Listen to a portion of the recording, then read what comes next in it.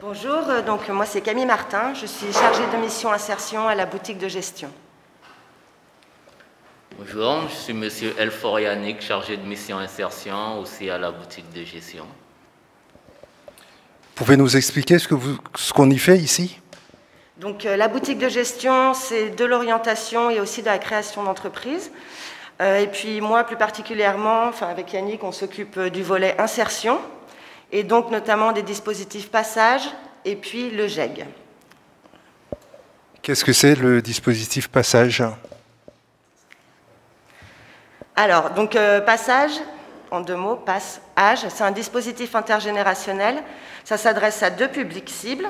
Donc les 16-30 ans, peu ou pas diplômés, qui sont en recherche d'emploi ou alors des décrocheurs scolaires. Et puis aussi des seniors. Et en fait, donc on essaye de les remobiliser en les accompagnant,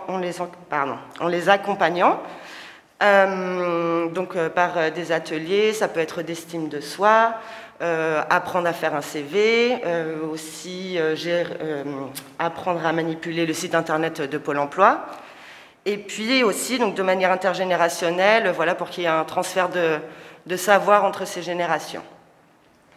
Et l'autre dispositif? Alors le dispositif GEG, qui veut dire Jeunes en entreprise initiative Guyane, est un dispositif porté par la CTG et que la BGE met en œuvre, qui permet en fait à des jeunes de découvrir un métier. Donc pour ce faire, le jeune peut accéder à une immersion en entreprise d'une durée de 1 mois dans un métier qui l'intéresse, peu importe qu'il soit diplômé ou pas. Alors ce dispositif vise surtout les jeunes dits invisibles. Ça veut dire les jeunes qui ne travaillent pas, ne sont pas inscrits à Pôle emploi, sont déscolarisés. Donc c'est un peu pour leur permettre de se réinsérer dans le monde professionnel. Quels sont les prescripteurs avec lesquels vous travaillez? Alors donc on est financé par la CTG, le FSE aussi, l'ADG COPOP et puis la conférence des financeurs pour la perte d'autonomie. Et donc grâce à eux, ces dispositifs sont gratuits. Ouais. Et donc par contre, donc ça c'est pour le passage et pour le GEG, c'est la CTG.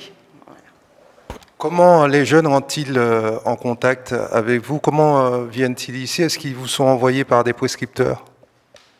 Alors, les jeunes viennent chez nous avant tout parce que nous faisons des maraudes. Donc, on va dans les quartiers, on va vers eux, on discute avec eux, on échange. Nous avons aussi des partenariats avec d'autres structures comme la Maison d'insertion solidarité emploi, notamment celle de Matoury, le DSU aussi. Du moins les DSU, mais on travaille en ce moment avec le DSU de Montjoly. Et puis voilà. Quels sont les indicateurs qui vous enseignent sur l'efficacité au fait de vos différentes actions?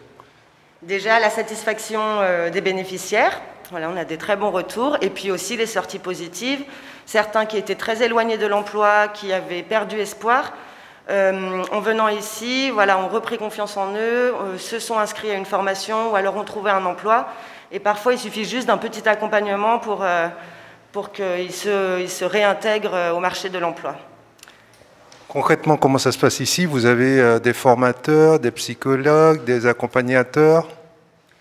Alors, donc on est tous formateurs, avec des profils différents. Je suis sociologue.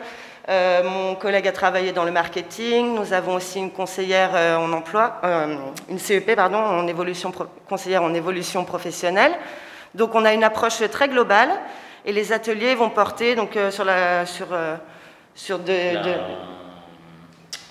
gestion du stress, la gestion des émotions, sur l'attitude, l'image, le savoir-faire, le savoir-être en entreprise, la recherche de compétences.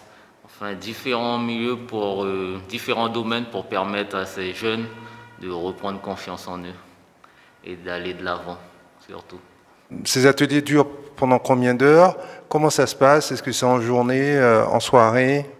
Alors, les ateliers sont quotidiens. C'est de 9 h à midi. Il arrive parfois que nous faisions des ateliers l'après-midi, mais c'est plutôt rare, puisque en fait, la journée se divise en 2 parties. Le matin, nous faisons des ateliers collectifs, donc comme j'ai dit, 9 h midi. Et l'après-midi, nous faisons des accompagnements individuels. Cela veut dire que lorsque un jeune a des démarches administratives ou professionnelles, peu importe, il vient l'après-midi et le formateur se consacre uniquement à lui. En gros, c'est un effectif de combien de personnes qui travaillent ici? Donc on est 4 sur les 2 dispositifs. Et puis moi uniquement sur celui, il est sur Passage. Yannick, lui, il est sur Passage et GEG. Et voilà. Quel bilan pouvez-vous dresser depuis la mise en place de cette structure ici au centre-ville de Cayenne?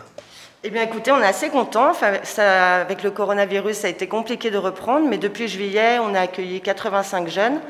Donc on trouve que voilà, on est ravis du résultat. Il y a eu un bon bouche à oreille entre les jeunes, en plus de la communication sur les réseaux sociaux et puis auprès des partenaires. Donc on en attend d'autant plus voilà, pour l'année à venir. Et quels sont vos principaux projets? Bien déjà, en ce moment, on met en œuvre, là nous sommes en plein dans le dispositif GEG, en tout cas.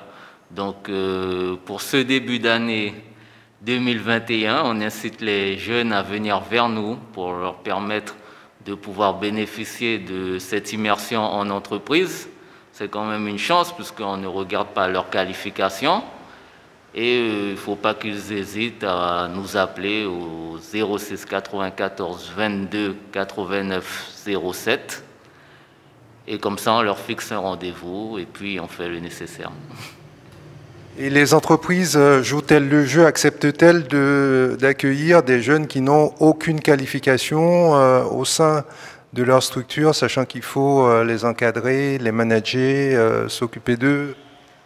Oui, les entreprises jouent bien le jeu, hein, je dois dire. Hein. Même des fois, j'ai des contacts directs avec les patrons et non, ils sont ouverts hein, à l'emploi de jeunes. C'est aussi, on va dire, une chance parce qu'il y a des métiers parfois où on manque de main-d'œuvre. Il y a des métiers qui ne sont pas beaucoup demandés et cela, ça permet eh bien, d'investir sur l'avenir, ça veut dire d'investir sur peut-être de futurs salariés ou de découvrir de nouveaux talents. Quelle différence y a-t-il entre votre offre et celle de l'école de la deuxième chance? On a l'impression que vous faites la même chose.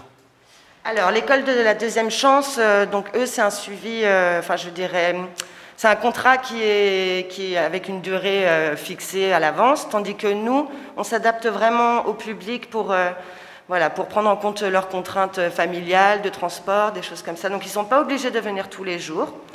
Ils peuvent venir 2 fois, 3 fois par semaine. L'accompagnement, comme je vous disais, parfois il dure très peu de temps. En une semaine, les personnes auront trouvé une solution pour leur orientation. Et puis parfois, ça va être plus long parce qu'il y a d'autres choses à régler. Donc par exemple des problèmes administratifs. Et donc là, l'accompagnement prendra plus de temps. Donc à vous entendre, c'est plus d'ordre du social que de la formation pure? Alors, c'est initialement de l'orientation, mais par la force des choses, on se rend compte que c'est un accompagnement global qui se fait parce que trouver un emploi si on n'a pas de pièce d'identité ou pas encore de compte en banque, c'est compliqué, enfin ça n'est pas possible. Donc voilà, on accompagne de manière globale les personnes. Les dispositifs sur lesquels vous travaillez sont-ils nationaux ou ce sont des spécifiques, sont-ils spécifiques au territoire? Oui, ouais, donc c'est spécifique à la Guyane. Comme je vous disais, c'est financé entre autres par la CTG. Et puis ça correspond bien au profil des jeunes que nous avons ici en Guyane, qui sont peu diplômés, moins en tout cas qu'en métropole. Donc le fait de mettre en place des dispositifs innovants, ça répond bien au profil de nos jeunes. Et par exemple, ici, on est dans un espace de type coworking, donc on a essayé vraiment de se distinguer du système scolaire pour que ça soit un espace collaboratif où les gens se sentent à l'aise et voilà, qu'ils n'aient pas l'impression d'être à l'école. Voilà. Quelle est la valeur ajoutée de la boutique de gestion, si vous deviez la résumer en quelques phrases? Moi, je pense que la boutique de gestion, en fait, elle prend en compte les paramètres de tout un chacun et elle permet à tout le monde de s'exprimer tel qu'il est. Ce que l'on ne retrouve pas partout. Nous, on accepte les gens, on reprend un peu le slogan « Venez comme vous êtes ». Voilà. Et vous organisez pendant l'année des journées portes ouvertes pour permettre au grand public, au fait, de découvrir la boutique de gestion? Alors, on avait organisé une journée porte ouverte au début du dispositif Passage.